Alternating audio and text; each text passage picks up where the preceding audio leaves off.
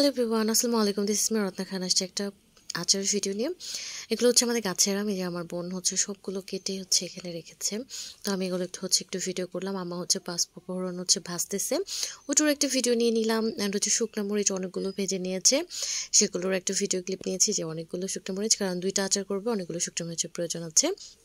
এই যে এখন হচ্ছে আমগুলো কাটা হচ্ছে। আমি সত্যি কথা বলতে আমার এখনো জিভে দিয়ে পানি পড়তেছে।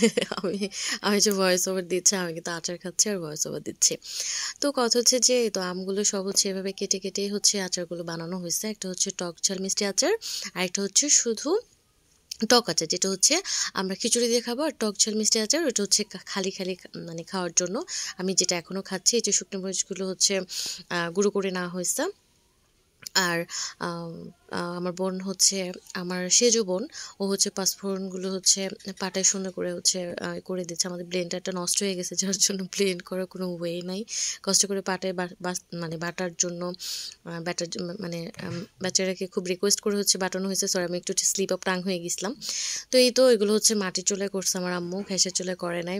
আম্মু বলে যে মাটির চুলায় করলে বেশি মজা হবে। আসলে খুবই খুবই মজা হয়েছে। আমি সেটা লাস্টে অবশ্যই দেখাবো, সেটার ভিডিওটা খুবই দেখতে ইয়াম্মি হয়েছে। এটা হচ্ছে টক ঝাল যে আচারটা, ওইটা ওইটা হচ্ছে আম্মু করছে। এই যে এটা হচ্ছে টক ঝাল মিষ্টি আচার। আসলে ফুল প্রসেসটা না হয় না, আমি একটু কাজে ব্যস্ত ছিলাম। এটা হচ্ছে টক ঝাল মিষ্টি আচার। এত এত মজা হয়েছে, মানে বিশ্বাস করেন, আমি আসলে আপনাদের যদি খাওয়াতে পারতাম তাহলে হয়তো বুঝতে পারতেন আচারটা আসলে এক্স্যাক্টলি অনেক অনেক ইয়ামি হয়েছে, অনেক হচ্ছে আকর্ষণীয়, মানে এত টেস্টি। আমি ভয়েস ওভার দিতে পারছি না। আসলে আচারটা খুবই মজা মজা হয়েছে। আর বিশেষ করে এটা হচ্ছে একটা টক আম, আমাদের নিজেদের গাছের, এটার জন্য মনে হয় একটু বেশি টেস্ট হয়েছে।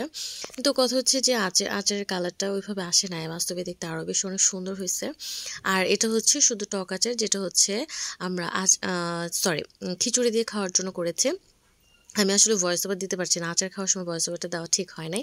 তো এই তো এটা হচ্ছে খিচুড়ি দিয়ে খাওয়ার জন্য শুধু টক আচার করছে। এটাও বেশ বেশ টক এবং কি অনেক ইয়ামি হয়েছে। আপনাদের যদি খাওয়াতে পারতাম তাহলে আপনারা অবশ্যই বুঝতে পারতেন আসলে আচারটা অনেক মজা হয়েছে। যদি কখনো সুযোগ হয় অবশ্যই আপনাদেরকে খাওয়াবো।